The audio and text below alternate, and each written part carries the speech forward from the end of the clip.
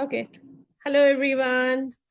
I'm Hello. Smaya, one of the SRMOs currently working at Nepean Hospital as an obstetric um, SRMO. And this is Ikra with us. Ikra, can you introduce yourself? Hi, everyone. My name is Dr. Ikra, and I was working at the Eastern Health Hospital in Melbourne. And so it's been a while. Came back to my country a year ago. But yeah, I met Sumaya during our clinical course, and I'll share my journey in a while. So let's move Awesome. forward. Next is Nads on the list. Hi, I'm Nadia. Yeah, my nickname is Nads. That's on Facebook. I am a very senior RMO. All my age fellows back home are consultants by now, like have been consultants for ages now. Anyways, currently I'm working as SRMO at Mount Gambier Hospital. And as I said, as Ikra said, I'll also share my journey in a while. Next is our lovely Priscilla. Priscilla, introduce yourself.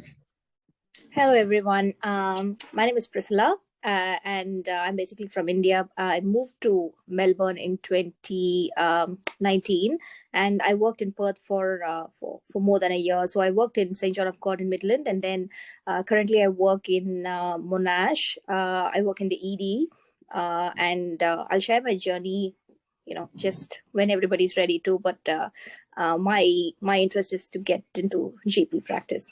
Yeah. Go ahead with Ikra. Thank you. Okay. All right, guys.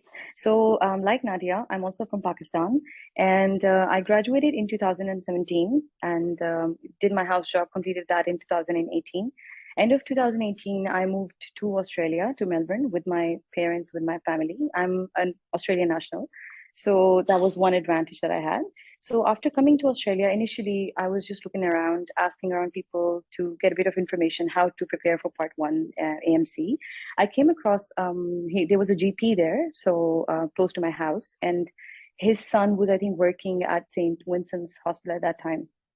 So I got in touch with him, and he led me through to Alan Roberts Academy.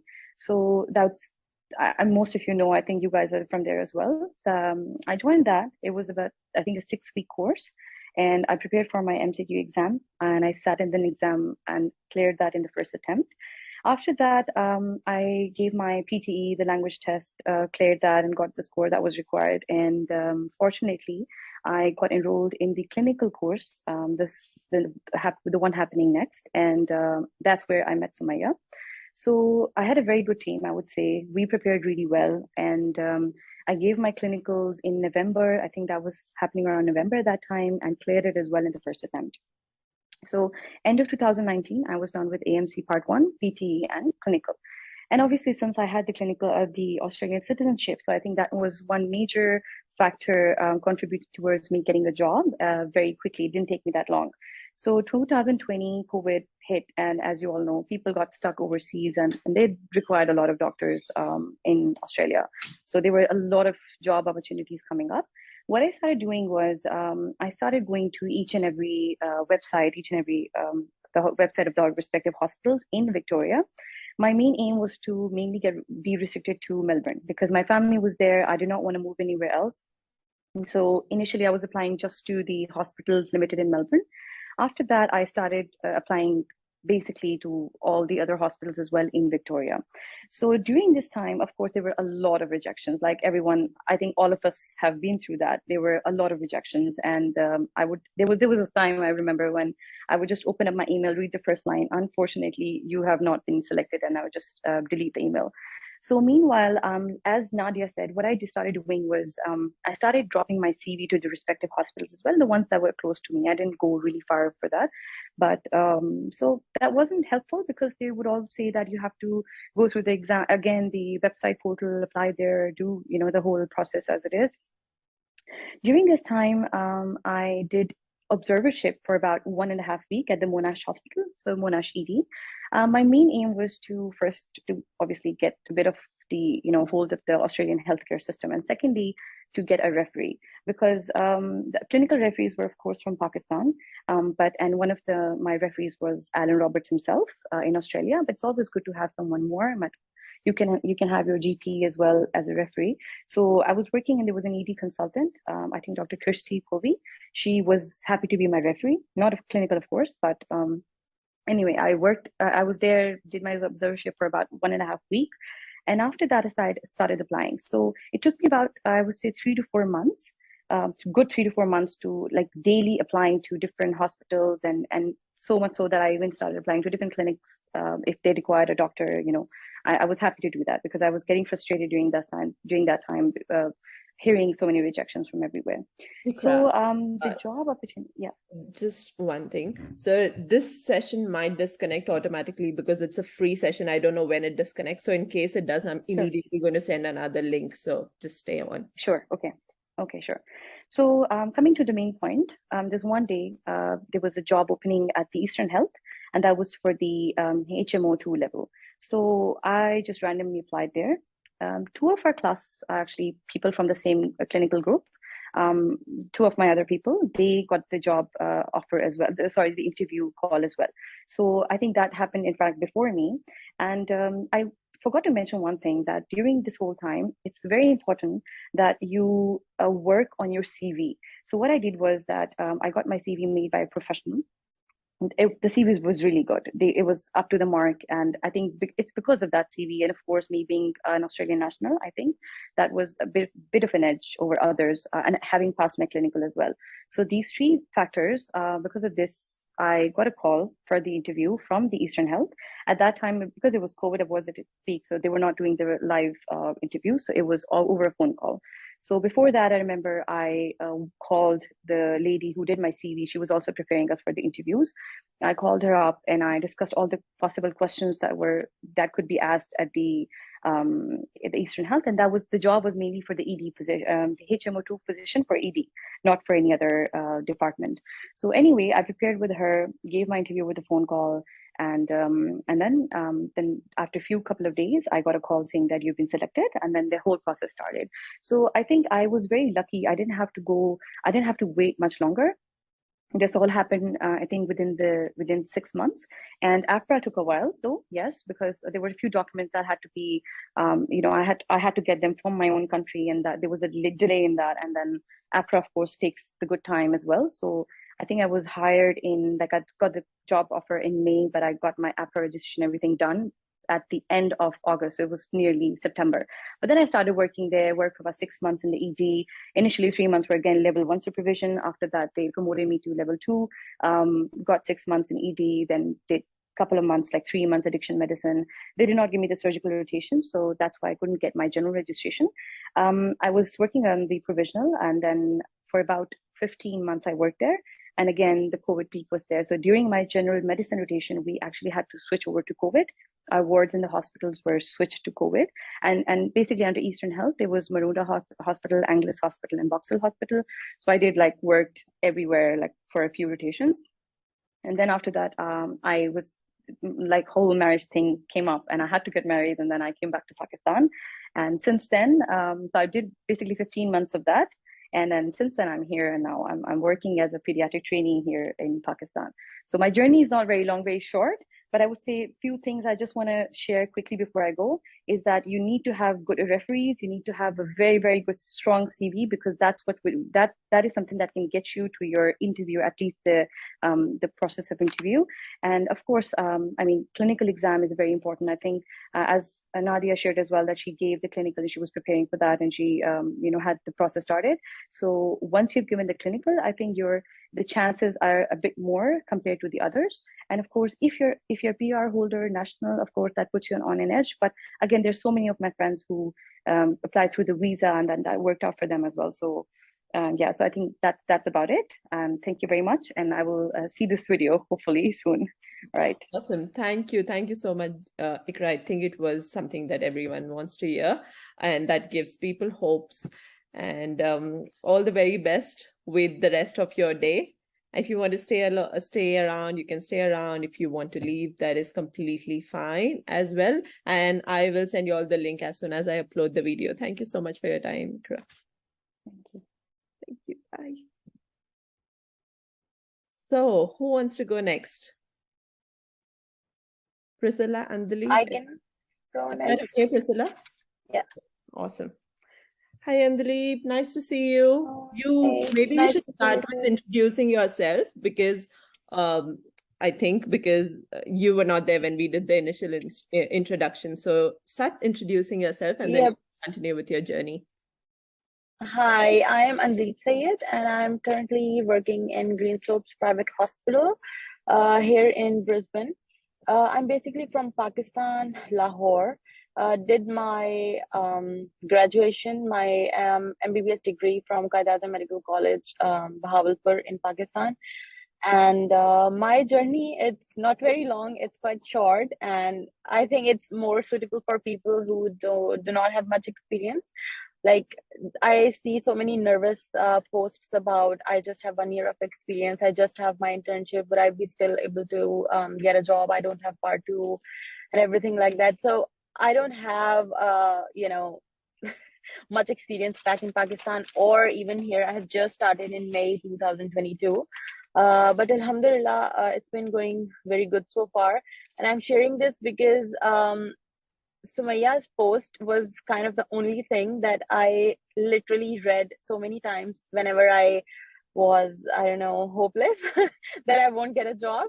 So I'm just saying this because I see so many people who are kind of very hopeless or sad about not having much experience, and that's not there's not much we can do about it because I just had 1 year of experience, and I knew I couldn't have more because I was already in Australia. So yeah, I basically started when I came to Australia in 2019 January after my exams, final year exams. I had no internship that time. I was a permanent resident because of my husband. He was a citizen. So I had that edge. I hadn't got the results of my degree that time. So I just came to Australia and started preparing for AMC1. There's a few people who said that you're a permanent resident, so probably you won't be having much trouble finding observership position. So even the internship position, so you can do the internship in Australia as well. You don't need it here. So I just came to Australia, started preparing for AMC1, and meanwhile I got my degree in around February or March 2019. Passed my AMC exam in October 2019. So by that time, I passed my AMC1 exam. I was a permanent resident.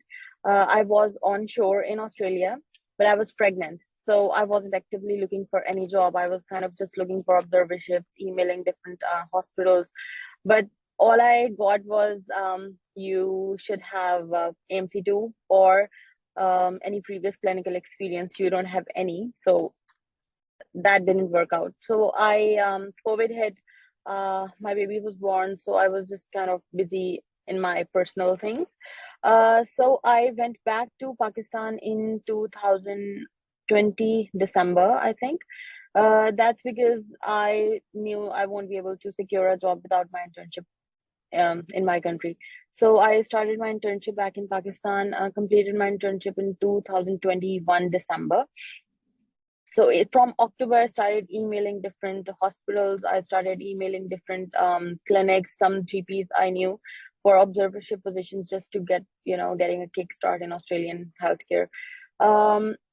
So I was basically just finishing my internship. I did get a few responses from some hospitals, again stating that I need to have AMC2 or I don't have enough experience.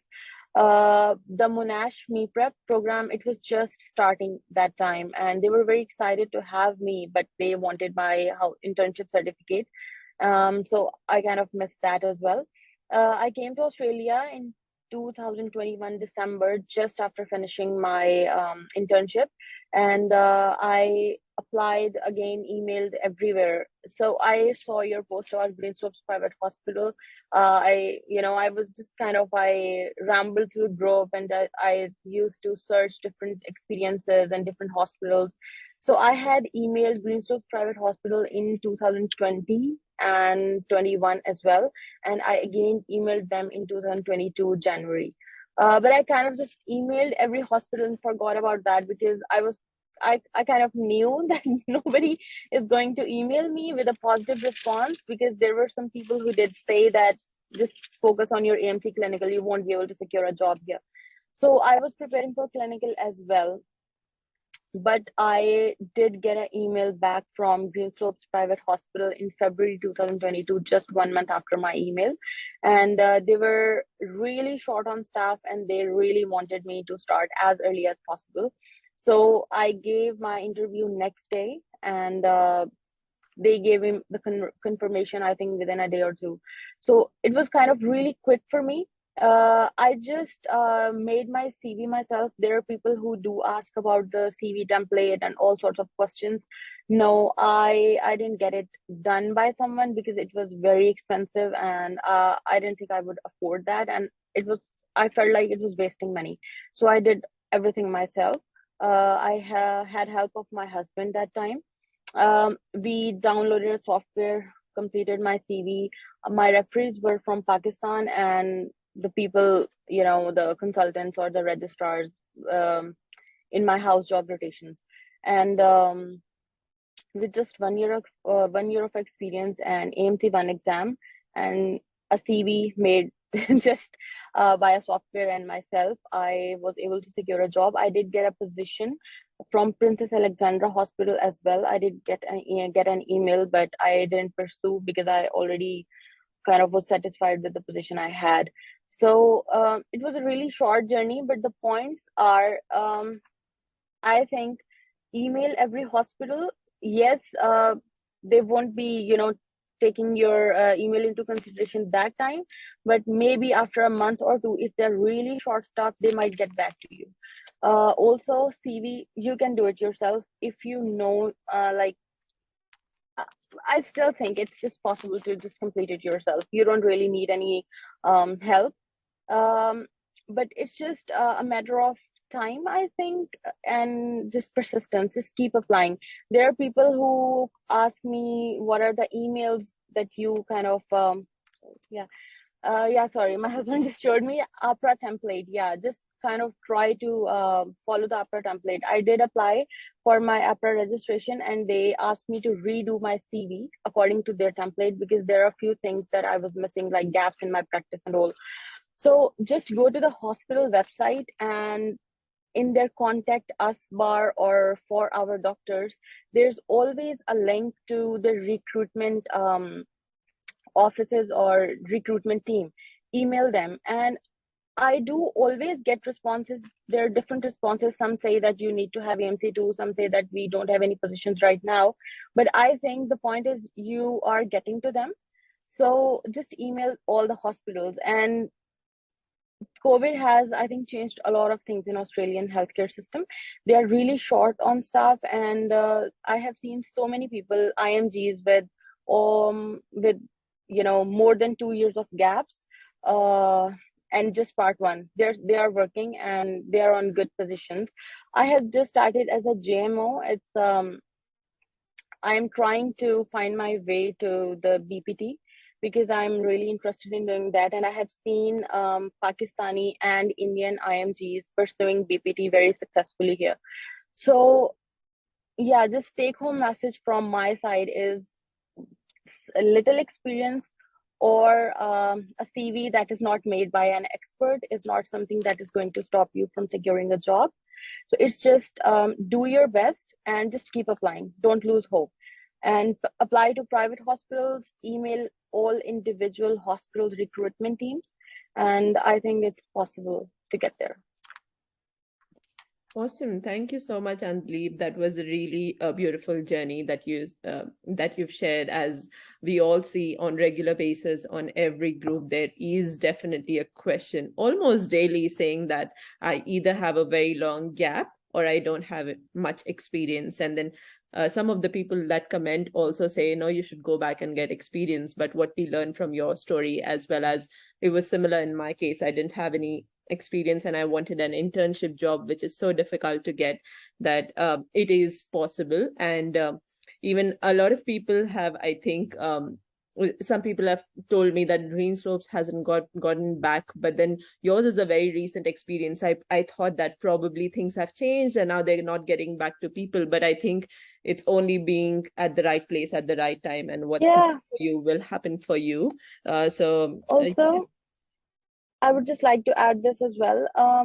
From Green Slopes' point of view, I have seen many Pakistani or different IMGs yes, who are doing internships here, even now.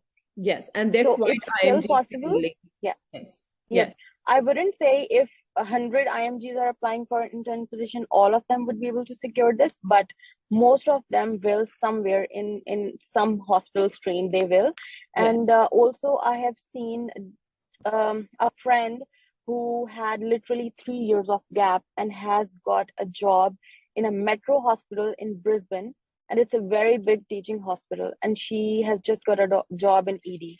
So I yes. think it's possible. You just have to apply everywhere. Awesome. Thank you. Thank you so much, Andaleeb. If you want, you can stay on, or else I can have a personal conversation with Priscilla on the Zoom session.